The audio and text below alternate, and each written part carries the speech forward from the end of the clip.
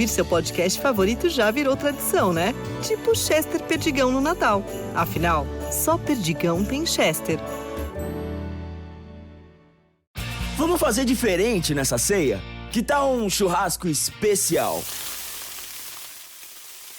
Então escolha seus cortes maturata favoritos e prepare a grelha, porque o som é por nossa conta. Escute a playlist Celebra da Família e celebre cada momento em grande estilo. Maturata é churrasco e ponto.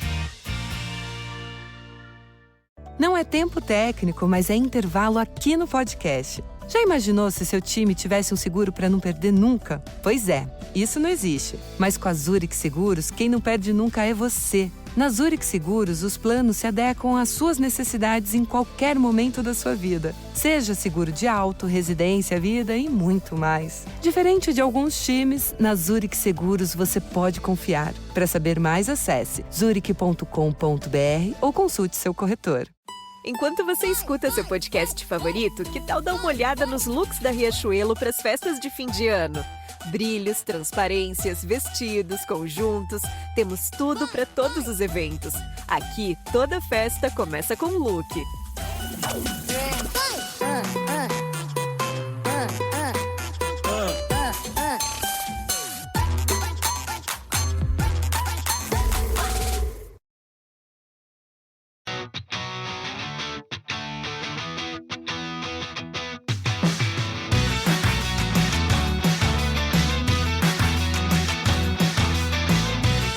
Welcome back to Rams Up, your favorite LA Rams podcast. We are part of the Fans First Sports Network. You can follow us on our YouTube channel as well, at LA Rams Up. I'm your host, Mark. I'll be joined occasionally by my football gurus, Paul and Ian. Let's get to it.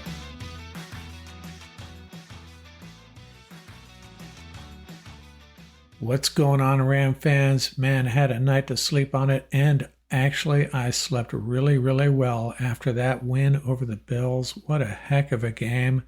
Man, stressful as it gets. You put 44 points up on the board, and you're still sitting on pins and needles as the clock winds down. Pretty crazy.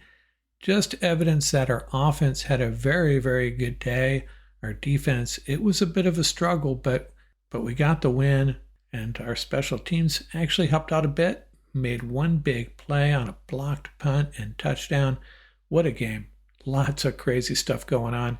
Now, before we move on to a bunch of stuff here, I'm going to recap the game, hand out some game balls, and talk about my Fearsome 4.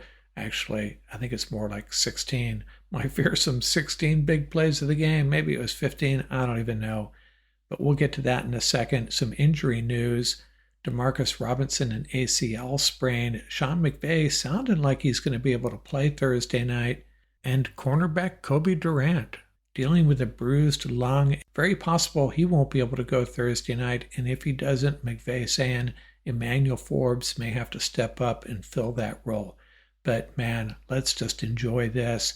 You know, got to go back to the 2018 season. Just find two games that were comparable to this. Of course, everybody remembers the 54-51 win over the Chiefs at the Coliseum. Everybody tends to forget about the game earlier that year, also at the Coliseum, a 38-31 win over the Vikings.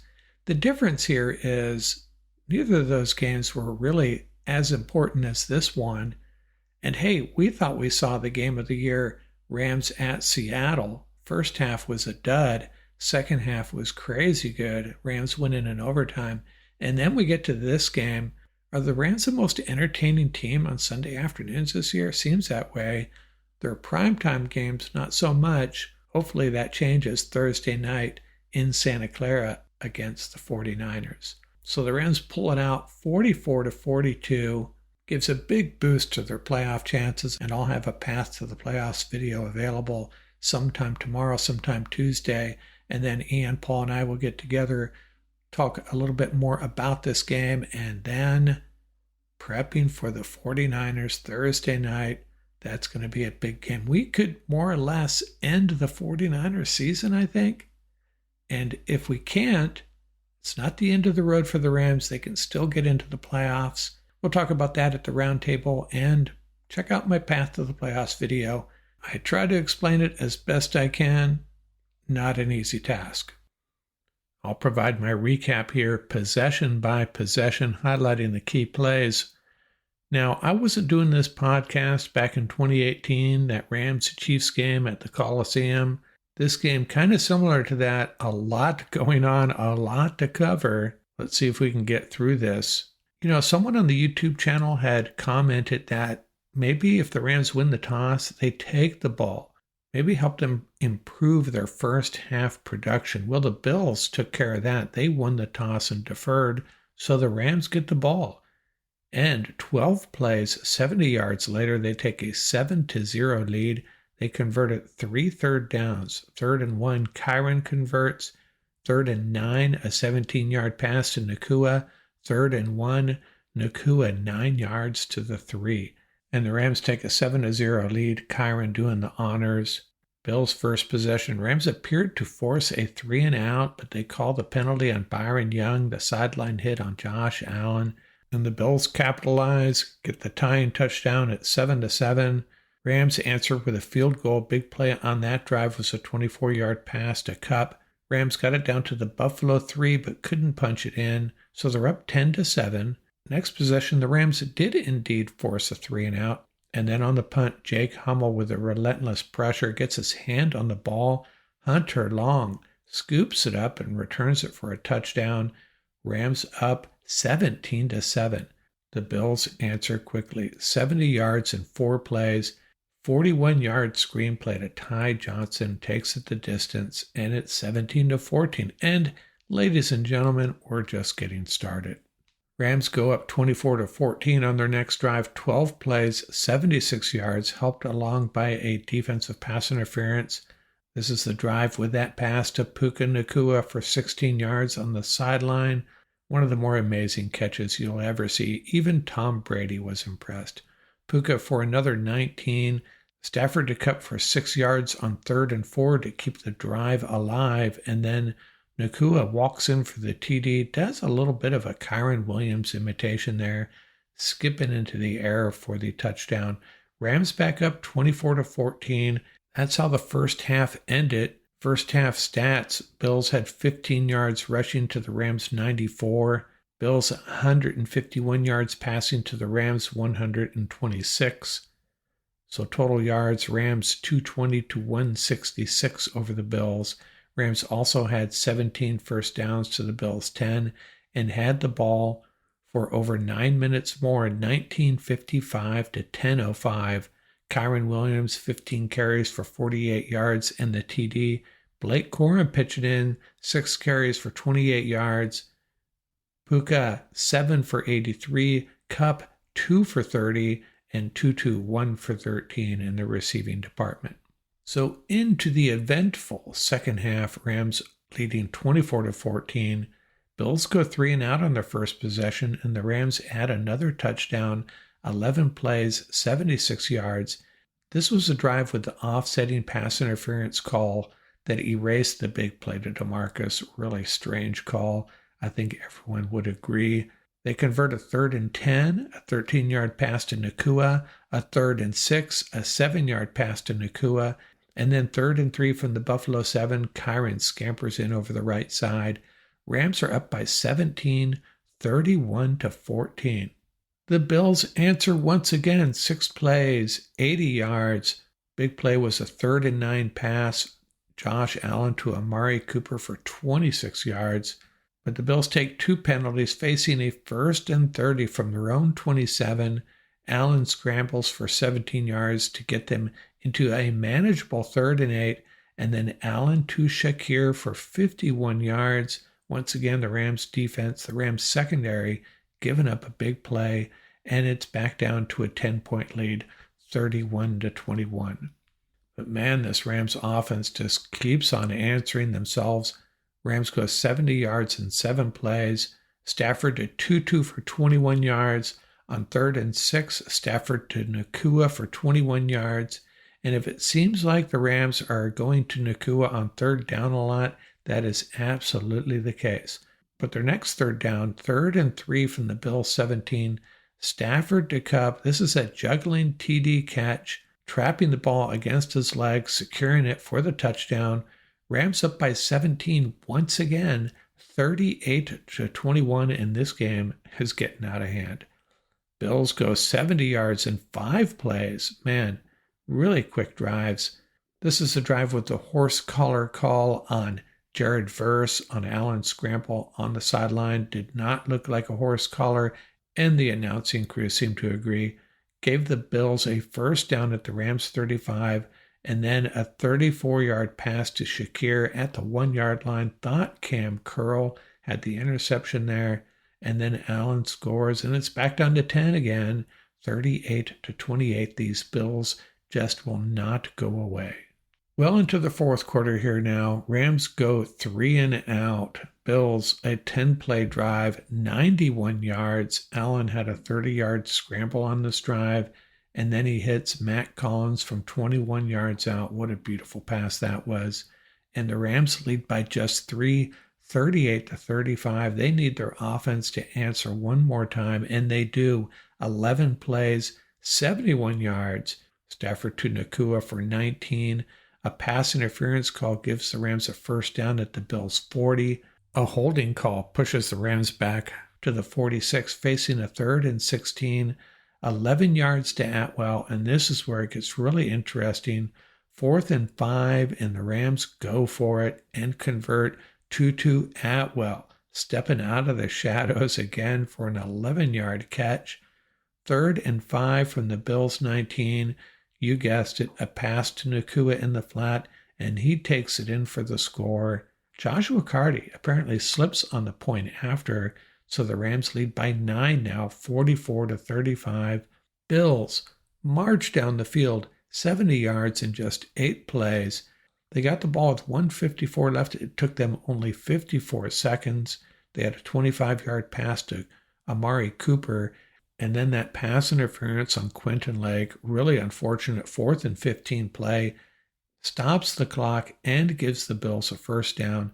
And then there's another pass interference on Darius Williams in the end zone. That one was really questionable in my opinion. Hand play between the two players. They call it on D. Will. Sets the Bills up at the 1, and from there, pretty hard to stop Josh Allen, although they did force the Bills to use a timeout. So Rams lead 44-42 with an onside kick coming, and as Tom Brady astutely pointed out, had they scored on that first carry by Allen, or had just simply opted to pass 3 times to try to score, assuming they'd be successful in either of those scenarios, Bills probably would have kicked it deep, used their timeouts to get the ball back. But in this scenario, because they had to use one timeout, they try the onside kick, and Ronnie Rivers secures it and secures the win. Rams 44, Bills 42 in one of the more entertaining games you will ever see. Probably not quite as entertaining as that Rams-Chiefs game, but much more stressful because this game was much more important to the Rams than was that Rams-Chiefs game in 2018. Be back in a second here. We'll take a look at the final stats, look at my fearsome 15 or 16 plays of the game, hand out some game balls, talk about the coaching, and a little bit on Tom Brady and the refereeing as well. Quanto mais você ouve podcasts, mais aprende sobre o mundo. É a prova de que a experiência é o que nos faz mais fortes. E esse é também o princípio da Ford, para criar as picapes com DNA raça forte, que valorizam cada quilômetro rodado e que constroem um verdadeiro legado. Essa é a nossa força. Paz no trânsito começa por você. Sair da escola já com uma formação profissional no currículo? Metodologia por projetos? Preparação para o Enem? Atividades extras gratuitas, como acesso a oficinas, simulados, vagas de estágio, Olimpíadas do Conhecimento e muito mais? Esse é o Ensino Médio Técnico do Senac. Quer saber? Senac. Acesse sp.senac.br/ensino médio e saiba mais. Interrompemos esse podcast para perguntar: quem você quer ser? Designer, engenheira, pedagoga, administrador. Quer saber? O Senac EAD é nota máxima no MEC. Tem cursos de diversas áreas, com conteúdo elaborado por especialistas do mercado e professores mestres e doutores. Ainda tem o Senac Carreiras, conectando estudantes a vagas de emprego em todo o país. Saiba mais em ead.senac.br/graduação. Gosta de escutar podcasts para aprender a se cuidar melhor? Então aproveite essa pausa para escutar seu corpo e cuidar da sua saúde. Com o novo Galaxy Ring, é possível monitorar seu coração, acompanhar a qualidade do seu sono e entender sua pontuação de energia o tempo todo. Acesse samsung.com.br e saiba mais. Seu corpo fala, a Samsung traduz. Galaxy AI chegou. Take a look at the final stats here. Rams had the ball for 17 more minutes than the Bills. Now, we have to consider the fact that the Bills had some really quick drives, so I'm not sure if time of possession is why the Rams won, but it certainly is a stat in their favor. Rams had 3 more first downs, 28-25. Rams were 11 for 15 on third down, so this is an area they had to improve on, and on this day anyways, they did. Total yards, 457 yards for the Rams, 445 for the Bills. Man, what a fun game this must have been if you were watching at SoFi. This is a fan's dream game, in my opinion. Both quarterbacks had great days. Stafford, 23 for 30. Allen, 22 for 37. Neither quarterback sacked. Rams had 137 yards rushing. The Bills, 103. Most of the damage done by Josh Allen. And in fact, the Bills averaged 6.1 yards per carry because of Allen. The Rams just 3.3, but Kyren and Blake Corum both had some critical carries. And another stat the Rams had to improve on, and they did, red zone efficiency, 5 for 6. The Bills were 3 for 3. They had a couple long scores, remember. Rams had 9 penalties for 99 yards. The Bills, 7 for 59. Both teams were victims of bad calls. I think the Rams got the worst of it, though. Individual stats, Kyren, 29 for 87, just a 3.0 average. Corum, 8 for 34 for a 4.2 average. Nakua finished with 12 catches, 162 yards, and a TD. Cup, 5 for 92 and a TD. And Tutu really pitching in, 3 catches for 45 yards. Now, DeMarcus did not have a catch. He got dinged up on that long ball, the dual pass interference play, and that's pretty much why we saw Tutu getting targets later in the game. Now, Josh Allen's stats, 22 for 37 for 342 yards and 3 TDs, and he was indeed their leading rusher, 10 carries for 82 yards. Rams held James Cook to 6 carries for 20 yards. Ray Davis, the rookie that Paul Wally had talked extensively about leading up to the draft, did not have a carry. Before I move on to my fearsome 4 big plays of the game, I wanted to talk about the coaching, reffing, and announcing real quickly. Well, let me get the easy stuff out of the way. I really enjoyed Tom Brady on this telecast. I had heard that a lot of people were really disappointed with his performances over the course of the season, and I haven't even watched him. This is the first time I've seen him broadcast a game because my focus is really on the Rams. I don't watch various NFL games during the week. I really don't. So this is my first listen of Tom Brady, and I really enjoyed it. I really enjoyed his performance. I thought he was very fair to the Rams, especially. It actually sounds like he's a big fan of the Rams organization and the football team and Sean McVay and Matthew Stafford, and especially Puka Nacua. And I really like that he dared to criticize Josh Allen on the hit by Byron Young, basically saying, hey, you know what? You're a quarterback that runs with the ball, that makes plays with the ball in your hands on sideline plays like that, and you're going to get hit. And you know what? I don't think Tom would have thrown the flag on that play. The referees, clearly a bad day. They missed a bunch of calls. Talked about that enough, I think. Now let's talk about Sean McVay. Obviously has this team pointed in the right direction. They are pumped, and they're, for the most part, playing really good football. They were prepared for this game. They absolutely were. And as Ian pointed out in our post-game reaction, really diversified the offense, especially the run game. One criticism, though, at the end of the first half, they had a first down, and they hand the ball off to Kyren. Remember what happened with the Vikings and the Rams? They did a similar thing at the end of the first half, and their left tackle went down with a really bad injury. So you're handing it off to Kyren Williams, a guy that's one of the biggest fumblers in the NFL, by the way, with no hope of really getting anything done. Just take a knee there, Sean. But you know what? That's really my only criticism of Sean McVay. I have to tell you, going forward on 4th and 5, let me comment on that real quickly, why it's really the only play in that situation. Let's look at the alternatives. You can kick the field goal and be up by 6, and the Bills get the ball back down by 6. Not a good situation. You miss the field goal, you're up by 3, and they have great field position. You go for it, and you don't get it. The Bills have great field position, but this is the deal, and Greg Olsen pointed this out during the Arizona-Minnesota game. Similar situation. You know what? You're better off being up by 3 than by 6. If you give the ball back to that other team and they are down by 6, they're basically in 4-down mode, just like an overtime game when you get the ball second.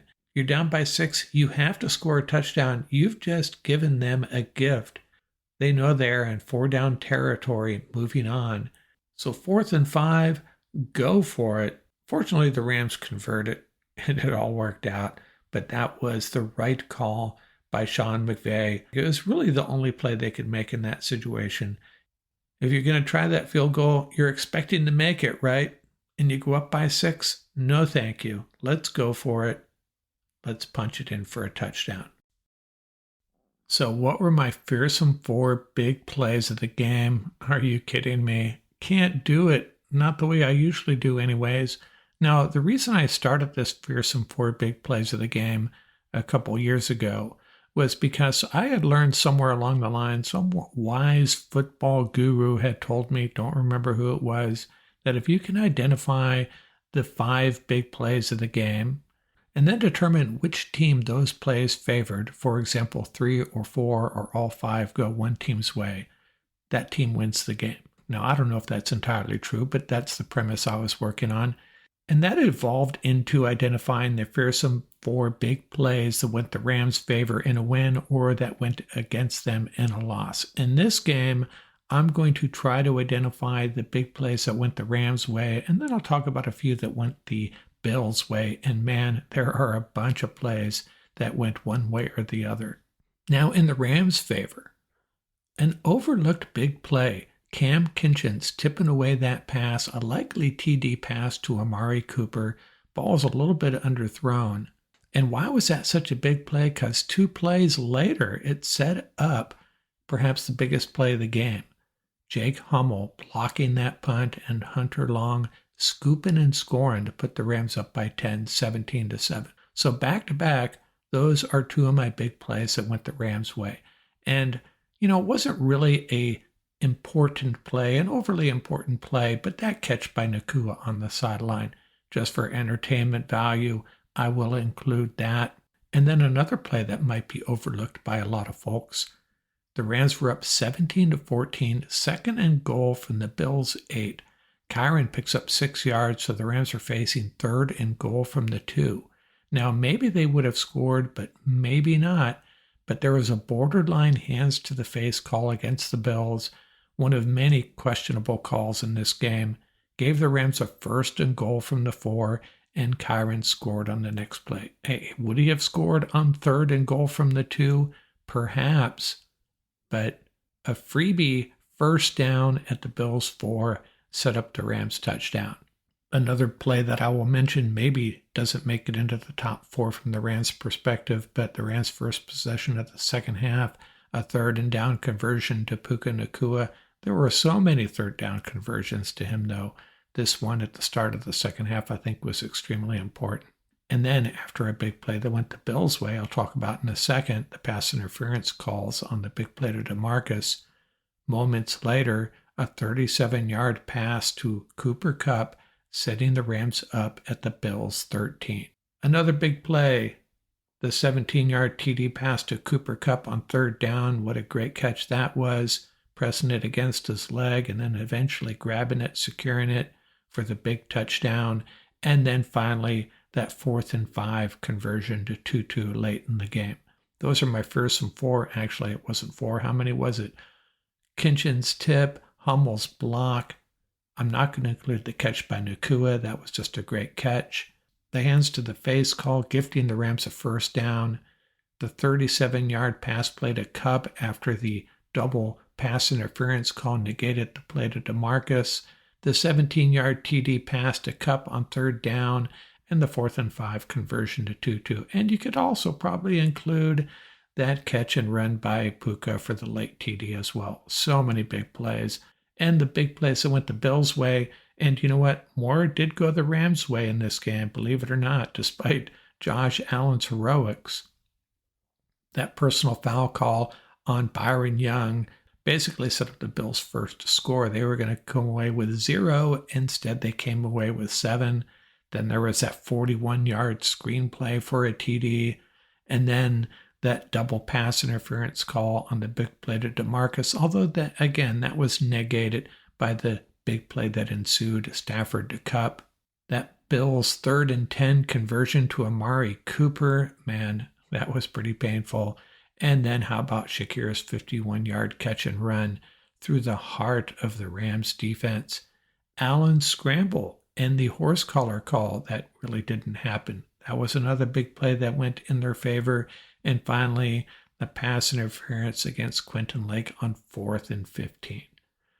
That's a lot to digest. I got about 15, 16 plays there, I think. The big plays of the game. More of them going in the Rams' favor, and that's a big reason why the Rams won. So who are my players of the game? Well, you know what? I'm just going to totally ignore the defense. I don't think anyone on that side of the ball had a great game. Maybe some film review by Ian and Paul will tell us something different. Let's talk about the offense, though. A bunch of guys worth mentioning. Obviously, the skill guys, Puka Nakua, monster game. Matthew Stafford, man, gets it done, leading this offense all day long. Cooper Kupp, is he our wide receiver 2 at this point? If so, man, he might be the best wide receiver 2 in the history of the National Football League. Came up with a couple of big catches while Puka basically stole the limelight. Kyron Williams, not a great average, but he had some critical runs. And all of our tight ends as a unit, not a part of this offense as far as the passing game, but they're getting it done blocking, as Paul Walia mentioned, really contributing to the run game. All 3 of them, Colby Parkinson, Hunter Long, Davis Allen, team guys getting it done. I can just hear that conversation in the tight end room. Guess what, guys? They're not going to throw it to you. Let's go out there and kick some butt in the run game. How about that? And then Tutu Atwell, another guy that we tend to forget about. He's taken a lot of criticism, not so much for his play, but just the fact that maybe we shouldn't have drafted him where we did. But good for him. Comes up with 2 big plays in this game, 2 big catches. Tutu Atwell, definitely another standout. And how about our special teams, specifically Jake Hummel? Man, steamrolling that blocker, getting a hand on the punt, and then Hunter Long. Guys, an afterthought on offense, as all of our tight ends are, but scoop and score, great for him. As far as handing out the game ball, I'm going to reserve that for our round table. We'll go around the horn with Ian and Paul, and we'll all pick our players of the game. I'm going to go with one of these guys. Haven't quite decided yet.